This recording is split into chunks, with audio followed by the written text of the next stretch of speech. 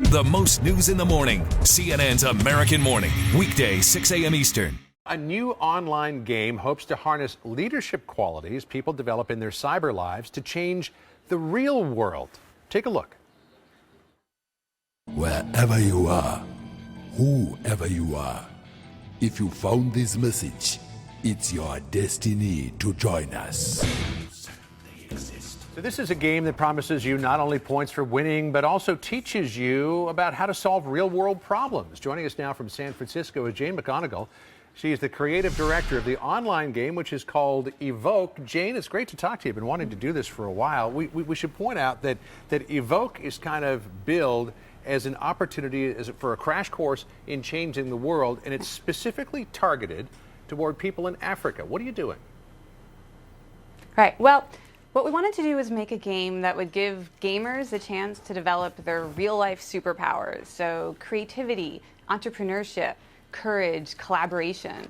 And we wanted to give those gamers a chance to use those superpowers to solve real-world problems like hunger and poverty, clean water access, sustainable energy. So we invented Evoke. As you said, it's a crash course in changing the world.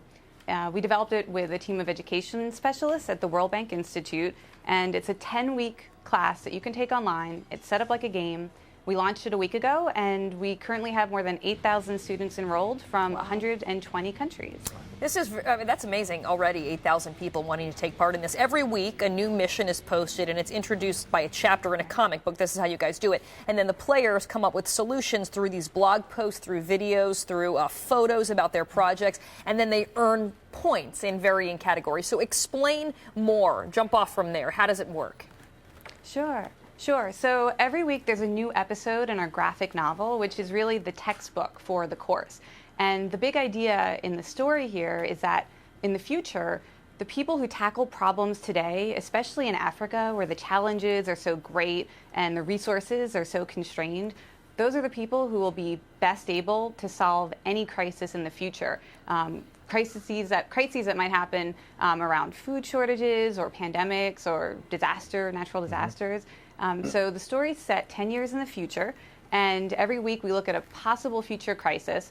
The first episode is about a food shortage in Japan, and then we think about how we might use some of the problems that are created in developing countries today to solve problems all over the world in the future. Yeah, we should mention, that's too. That's what you're looking at in the first episode. Yeah, we should mention, too, Jane, that people actually they can't just sit there and work this online. They actually have to get out there in the real world and put together a project to help solve the problem. You mentioned this at the beginning, but I want to go back over it again so that everybody really understands it here. You are teaching people through this crash course in changing the world things like collaboration, creativity, courage, entrepreneurship, sustainability, knowledge networks, vision. You're really employing game strategies here because you've said that gamers are trained to believe they can win. Explain that. Right. Well, gamers are more optimistic than just about anyone in the world because they've grown up playing games that give them these kind of epic missions, save the world, be a superhero. And games are designed so that you stick in there and work on problems that are really hard for you longer. They give us a lot of kind of emotional, positive rewards. And so what we're doing with Evoke is we're asking players to tackle real challenges. Each week, you have to actually come up with a creative solution to the fictional crises and actually have to try it out. So we've got a food shortage in week one. You have to actually try and improve someone's food security in your real life, and so improve their ability to get the food they need every day.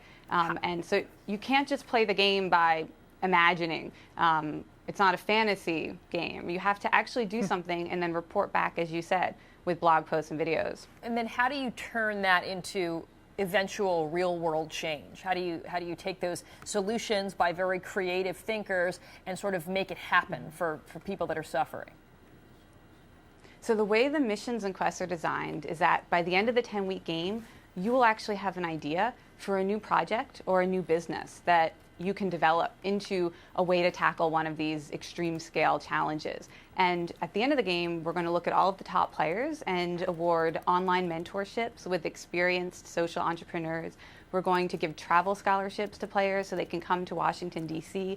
to talk with other social innovators. We're going to give seed funding to some of these projects. So by playing the game, you're actually setting yourself up for continuing support in the kind of world-saving work you might want to do. Yeah, we should mention too, Jane, that the World Bank has given you money to award these scholarships and this seed money. But there are some criticisms here that I'd like you to address. One is that games are addictive. People who play games mostly avoid getting out there in the real world, that online gaming skills elbow out real-world skills, and the fact that there's very low internet access in Africa, which is where you're trying to get this project off the ground. Right. So, well, with the first criticism about games being addicting, let me tell you, if gamers get addicted to this game, that will be fantastic, because this is not a game about escaping reality. It's about doing something that matters. So if you get addicted to this game, what that means is that you'll be working to solve some of the world's toughest problems alongside a global community. So we're trying to take what can sometimes be a negative about games and harness it to bring all the energy and passion that comes with gaming to work that really matters. In terms of internet connectivity, we've actually designed the game so it can be played on mobile phones. Mobile phones are ubiquitous throughout Africa now. And you might be a bit surprised. There is quite significant internet connectivity. For instance, they're about to launch a new World of Warcraft server in South Africa. So there are big gamer audiences there wanting to play online games, and we think the best way to reach them and engage them in real-world problem solving is to make an online game. Well, something new, something innovative. We'll definitely keep watching it. Jane McGonigal, great to see you this morning. Thanks for stopping by and sharing some time with us. Thank you so much. If you want to check it out, by the way, urgentevoke.com is the website. Jane, thanks so much.